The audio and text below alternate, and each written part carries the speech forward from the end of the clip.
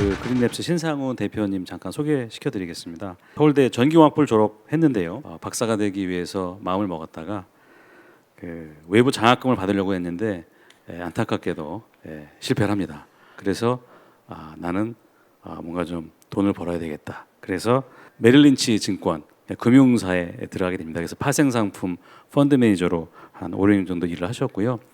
실제로 이제 돈을 많이 벌면서 그때 같이 스타트업을 창업했던 많은 학교 동료들과 교류를 하면서 스타트업의 매력을 좀 느꼈던 것 같아요. 그래서 이후에 친구들과 함께 리디북스라는 지금도 이미 성공한 기업인데요. 거기서 초기 창업 때부터 같이 일을 하셨고 독립을 하셔가지고 IT 스타트업을 창업을 했는데 그게 바로 아만다라는 그 남녀 만난 데이팅 앱. 아무나 만나지 않는다. 아만다입니다. 그래서 그거 성공을 해서 그걸 잘 키워서 매각을 했고요. 이후에 이제 사회에도 기여할 수 있고 자아도 실현할 수 있는 영역이 뭐가 있을까? 그건 농업이다. 그래서 2017년도에 그린랩스를 창업을 해서 지금 거의 유니콘이 다 될 정도의 기업 가치를 인정받고 있는데요.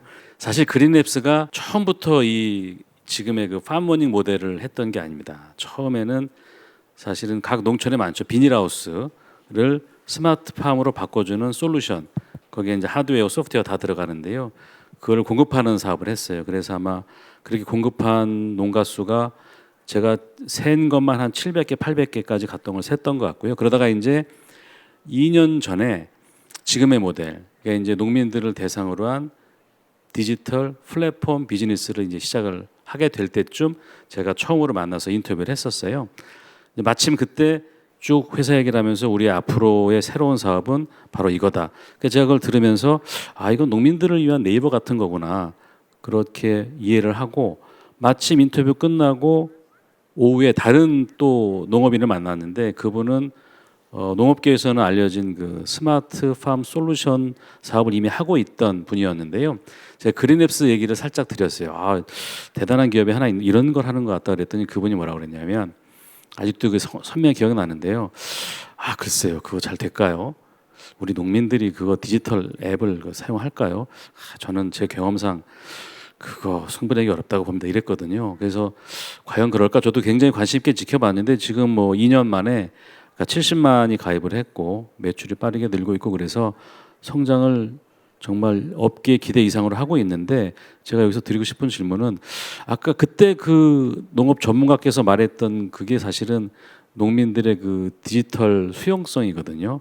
뭐 디지털 리터러시라는 말도 표현하고 그걸 넘어서기가 굉장히 쉽지 않았을 것 같은데 그걸 어떻게 넘어섰는지.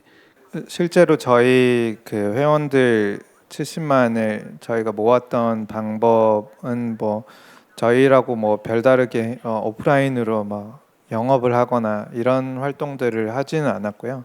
계속해서 집중을 했던 파트는 뭐냐면 정말 농민들이 농장 경영을 할 때 가장 중요하게 생각하는 포인트들은 뭔가 여기에 되게 집중을 해서 그렇게 서비스를 만드는 방향으로 계속 갔었고요.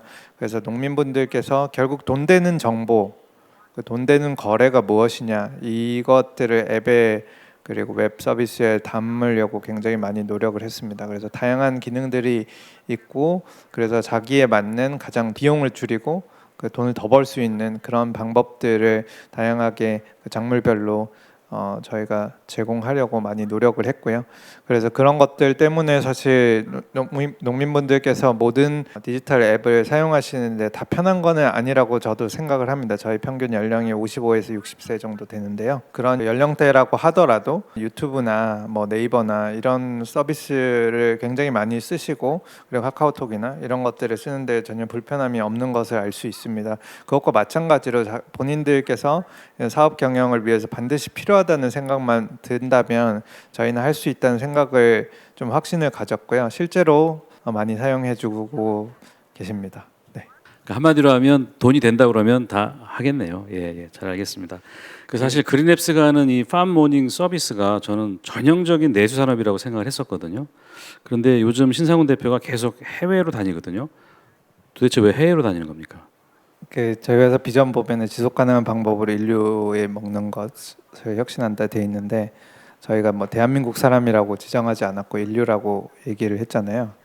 한국이 사실 농업 산업이 작지는 않아요. 저희 나라 경제 사이즈에 그 준하게 가고 있지만, 근데 한국이 그런 어떤 면적이 큰 나라는 전혀 아니고요. 인구가 많은 나라도 아닙니다. 그냥 경제력, 이 파워가 센 건데요. 제가 생각하기에는 한국에서는 한국 그 소비자들 그리고 한국 그 생산자들이 굉장히 스탠다드도 높고, 그리고 경제 상황에 맞춰서 기대하는 바도 굉장히 까다롭다고 생각을 해요. 그래서 한국에서 시장에 테스트를 하고 저희가 성공할 수 있다면 그것이 이제 전 세계의 모든 농민들한테 다 적용될 수 있다라고 좀 믿었습니다. 그래서 실제로 저희 그린랩스의 그 팜모닝이라는 서비스를 저희가 판단하기에는 상당히 좀 긍정적으로 잘 되고 있고, 이런 것들을 이제 글로벌의 다른 나라 지역에 이제 테스트를 해보고 있는데 굉장히 저희 예상보다 더, 그래서 실제로 한국보다 더 괜찮은 반응들을 보이고 있고, 저희는 좀 이 서비스가 글로벌리 어떤 스탠다드가 되는 서비스가 될 수 있다라고 좀 확신을 하고 있는 계기가 생긴 뭐 사건들이 좀 있었고요. 그런 것들을 내년도에 좀 더 본격적인 성장의 모멘텀으로 삼고 싶고, 그에 따라서 저희 회사의 그 힘을 좀 더 국내보다 이제 해외에 좀 더 많이 실으려고 하고 있습니다. 계속 해외 출장 다니셔도 괜찮을 것 같습니다. 그 사실은 오늘 말씀 아끼셨는데 제가 살짝 들은 정보에 따르면 그 네이버가 일본에서 성공했잖아요. 라인으로.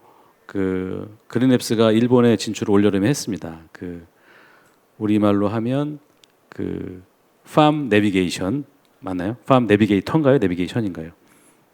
둘 다 비슷합니다. 예, 예. 그 이름으로 해서 지금 굉장히 일본 농민들한테 좋은 반응을 얻고 있어서 제가 사실상 기대를 하고 있어서 질문을 드린 거고요.